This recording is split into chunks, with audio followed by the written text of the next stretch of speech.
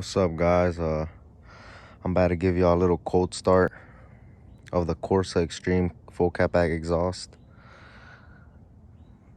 on my 2020 Mustang. Don't mind the single tips. This exhaust was previously on my 2017 5.0, and I just switched it to this exhaust to this car.